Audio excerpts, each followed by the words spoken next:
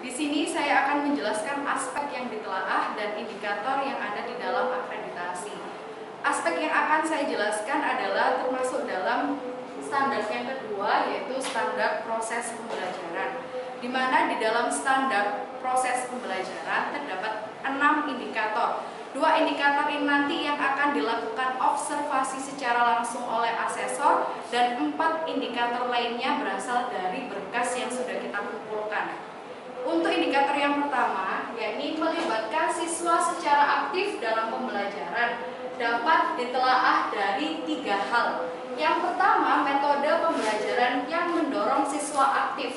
Yang kedua, tugas-tugas yang bervariasi dan menantang. Dan yang ketiga, media pembelajaran yang bervariasi. Untuk indikator yang pertama, yaitu hal pertama dalam pembelajaran yang mendorong siswa aktif, bisa diketahui dari RPP yang sudah kita kerjakan, yaitu dilihat dari metodenya. Di mana metode yang digunakan dalam RPP ini adalah inquiry learning, diskusi dan tanya jawab. Di dalam metode inquiry, di mana di sini siswa dalam pembelajaran menemukan suatu konsep atau menghubungkan 2 konsep yang akan dia pelajari. Jadi siswa learning by doing, mengerjakan sendiri dan mengetahui sendiri konsep yang nanti akan dia pelajari. Selain itu, ada juga metode yang lain yang bisa digunakan di kelas untuk mendorong siswa aktif. Contohnya adalah diskusi dan tanya jawab. Siswa bisa berdiskusi dengan sesama teman di dalam kelas saat mendapatkan permasalahan, atau siswa juga melakukan tanya jawab kepada guru dan teman-temannya yang lain. Hal kedua di dalam proses pembelajaran aktif adalah tugas-tugas yang bervariasi dan menantang. Untuk tugas yang bervariasi itu bisa kita berikan dalam bentuk kuis atau soal-soal tambahan. Sedangkan untuk tugas yang menantang itu bisa kita berikan dalam bentuk problem solving, di mana siswa diberikan permasalahan yang sangat dekat dalam kehidupan. Salah satu contohnya adalah yang saya ambil dalam materi sains tentang gerak lurus beraturan dan gerak lurus berubah beraturan. Dalam pembelajaran ini, siswa diberikan permasalahan tentang babang Gojek yang mengantarkan orderan. Agar siswa bisa menjawab permasalahannya, siswa harus membaca literasi yang sudah diberikan. Di sini nanti siswa akan membuat rute sebanyak 4 rute, yaitu rute pertama, kedua, ketiga, dan keempat.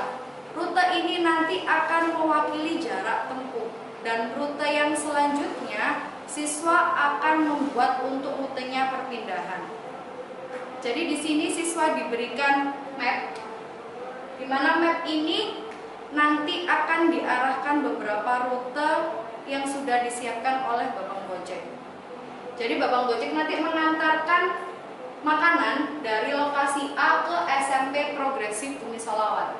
Di dalam rute ini ada banyak jalan yang bisa dilalui oleh Babang Gojek. Ada jalan pertama, ada jalan kedua, ketiga, dan keempat. Jalan ini nanti akan ditarik garis atau menggunakan benang wol. Jadi siswa nanti menarik benang wol sesuai rute yang sudah ada di bacaan. Dari sini nanti permasalahannya bisa diselesaikan dan siswa bisa mengetahui perbedaan jarak dan perpindahan. Untuk yang selanjutnya yaitu media pembelajaran yang bervariasi. Selama ini yang kita gunakan sudah sangat bervariasi. Artinya apa? Siswa di dalam kelas menggunakan beberapa objek atau beberapa alat yang sangat bervariasi untuk menunjang pembelajaran. Salah satu contoh FPP yang saya ambil adalah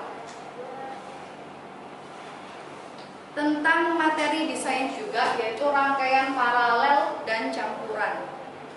Di dalam rangkaian listrik ini, siswa media yang digunakan adalah yang pertama melalui virtual lab. Jadi siswa dapat mengetahui rangkaian listrik melalui virtual lab terlebih dahulu. Yang kedua, siswa bisa mengetahui tentang rangkaian listrik melalui percobaan secara langsung, yaitu siswa membuat rangkaian listrik paralel dan campuran.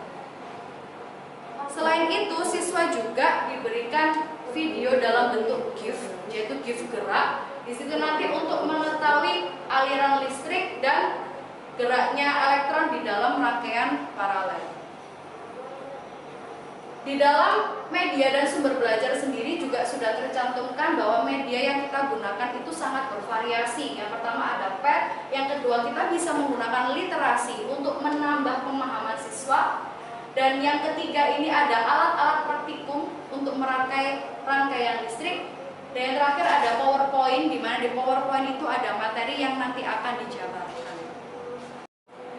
Untuk indikator yang selanjutnya yaitu melaksanakan pembelajaran melalui pengalaman konkret, dapat ditelaah dari 3 hal, yaitu yang pertama adalah instruksi siswa untuk aktif mengerjakan tugas, instruksi siswa untuk aktif melakukan praktik atau simulasi, dan yang terakhir adalah catatan hasil penilaian kerja siswa.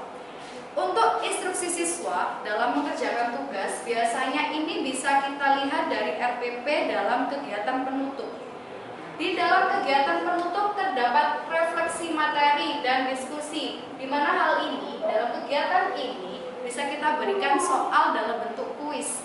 Kuisnya itu bisa individu atau kelompok. Kuis yang kita berikan untuk melakukan refleksi ini agar dapat mengetahui bahwa dalam pembelajaran siswa sudah memahami atau belum. Nah, ini adalah instruksi siswa aktif mengerjakan tugas. Yang selanjutnya adalah instruksi siswa untuk aktif melakukan praktik atau simulasi.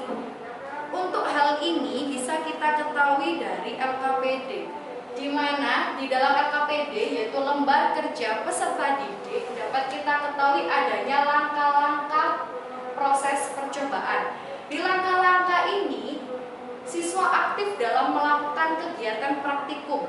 Contohnya adalah memastikan kelengkapan jumlah dan kondisi alat dan bahan sebelum membuat rangkaian. Jadi rangkaian pertama sebelum siswa melakukan rangkaian atau membuat rangkaian listrik, siswa harus memastikan jumlah alat dan bahan yang akan digunakan. Yang kedua, mengkalibrasi multitester terlebih dahulu. Jadi siswa harus kalibrasi alat-alat yang akan digunakan. Untuk siswa aktif dalam praktik, benar-benar bisa kita ketahui dari LKPD, yaitu dalam langkah-langkah kerja.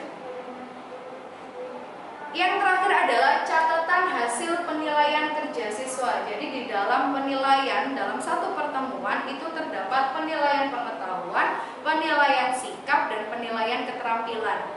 Di sini untuk catatan hasil penilaian kerja berarti didapatkan dari hasil kerja siswa pada pembelajaran saat itu. Misal ketika siswa melakukan praktikum, maka hasil nilai praktikumnya itu yang didapatkan.